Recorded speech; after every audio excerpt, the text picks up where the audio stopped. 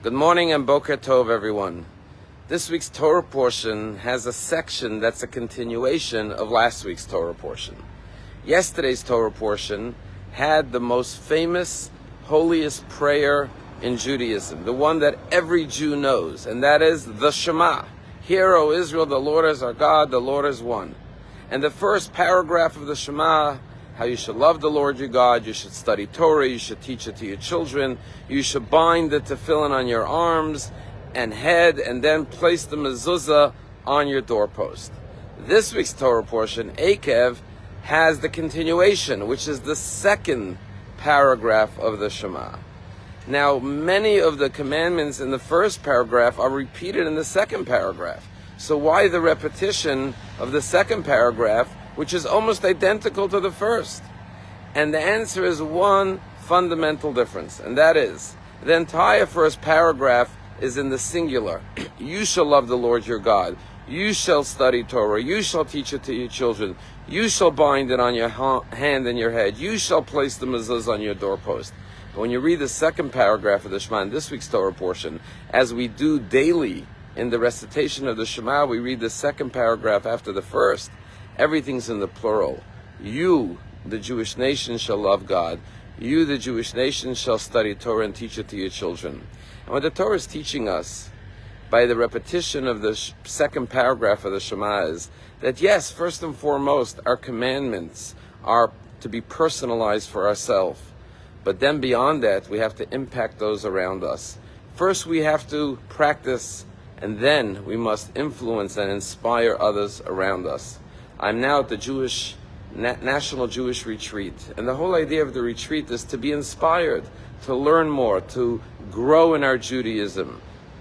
But beyond ourselves, when we go back to our communities, to inspire others and expose others to the beauty, the depth, the meaning, the relevance of Judaism in all of our lives, that we could all experience a Shabbat like we experienced yesterday here at the Jewish National Retreat every single week of our lives. And the same thing is true with all of the commandments. Now, the word Shema is usually translated as hear, O Israel. But there's a deeper meaning to the word Shema. It doesn't just mean to hear with your eardrum. It means to understand. And not just to understand it in your mind, but to internalize it. Hear, O Israel, internalize this message that the Lord is your God, the Lord is one. Viktor Frankl, who is the renowned psychiatrist who invented logotherapy, who survived the Holocaust, who wrote the best-selling book, Man's Search for Meaning, tells a fascinating story in his book, Man's Search for Meaning. He said when he was sent to Auschwitz, he had a manuscript of the book he was going to write about his ideas, his philosophy about psychiatry and mental health. And he said he knew that the Nazis would take it away, so he hid it in his coat pocket. When he came to Auschwitz, he discovered, of course, his idea that the most basic need for a human being is purpose. And therefore, those who survived the Holocaust were not those who were the strongest necessarily, or the healthiest, but those who had the greatest reason and purpose to live. And his purpose to live was to survive the Holocaust, and published his manuscript. And so he hid it in the coat of his pocket of his coat. And then when he came to Auschwitz, the Nazis told him to undress. And right before his eyes, his clothing was thrown into a furnace, burnt before his eyes. And he said, my mental child that I labored on and that was my purpose to survive was now destroyed. And he said, I felt a loss of purpose and meaning. But then they gave him the Nazi uniform, the camps, barracks uniform that all the prisoners, inmates had to wear.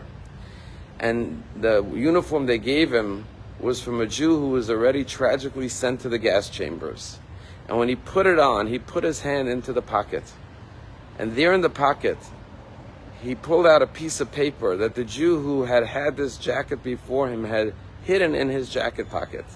And what was it? It was a page from the prayer book with the prayer of Shema on it. And there was his answer provided to him, that the purpose for his survival was not so he could teach others and inspires others about meaning and purpose and faith. But Shema Yisrael, Hashem Elokeinu Hashem Echad, was on that piece of paper that he found in his pocket, that the purpose of his existence was first and foremost that he should live his own faith. And he said that page in the prayer book is what gave him the purpose to survive the camps and ultimately write a book about his experiences in the camp. Stephen Covey, in his famous book, 7 Secrets for Highly Successful People, says,